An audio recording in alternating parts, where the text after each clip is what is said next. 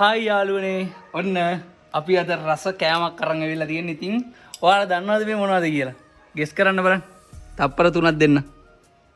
1 2 3යි. මේ තමයි ඔයාලට මතකද අපි අනුරාධපුරයේදී ලොකු තාත්තලා ගෙදරින් නෙල්ලි වගේක් කැඩුවා. ගහට නැගලා කොළ පාට නෙල්ලි වගේ.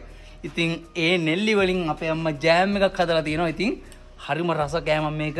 මේ හදන්නේ දැන්. අනුරාධපුරේ ඉන්නකොට එහෙමනම් මේවා නිතරම වගේ කනවා. කාලයකට පස්සේ ආයෙ කන්න තියෙන්නේ. කොහෙද මම බලන්න. සුවඳ? මාරම සුවඳ. ඔයාලා හදලා බලන්න. මේක හදන විදිය දැනගන්න ඕන නම් කමෙන්ට් එකක් දාන්න. අම්මගෙන් අහලා කියන්නම් ඒක හදන විදිය. මේ බලන්න. ඔව් ඉන්න. ලං කර. මේ තියෙන්නේ නෙල්ලියට. නෙල්ලියට කියන්නේ නෙල්ලි ගෙඩි තියෙන්නේ. ඉතින් කාලා බලන්න. හරිම රසයි. මටත් එකක් කරන් දෙන්න.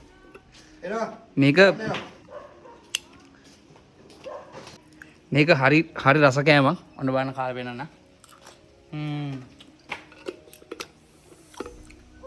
මාර රහයි මේක. තව ටිකක් අද හැදුවේ. තව දවස් 2-3ක් ගිහිල්ලා කෑවනම් මාරම රහයි. ඉතින් අනුරාධපුරේ කට්ටිය කාලා ඇති අනිවාර්යෙන් මේක. ඉතින් කාලා තියෙන කට්ටිය අනිවාර්යෙන් කමෙන්ට් එකක් දාන්න වීඩියෝ එකට. හරිම රස කෑමක් අනිවාර්යෙන් කාලා බලන්න. ඉතින් එහෙනම් තවත් මේ වගේ වීඩියෝ එකකින් ආයෙත් හම්බෙමු. මම දැන් ටිකක් ගිලුණාද කොහෙද?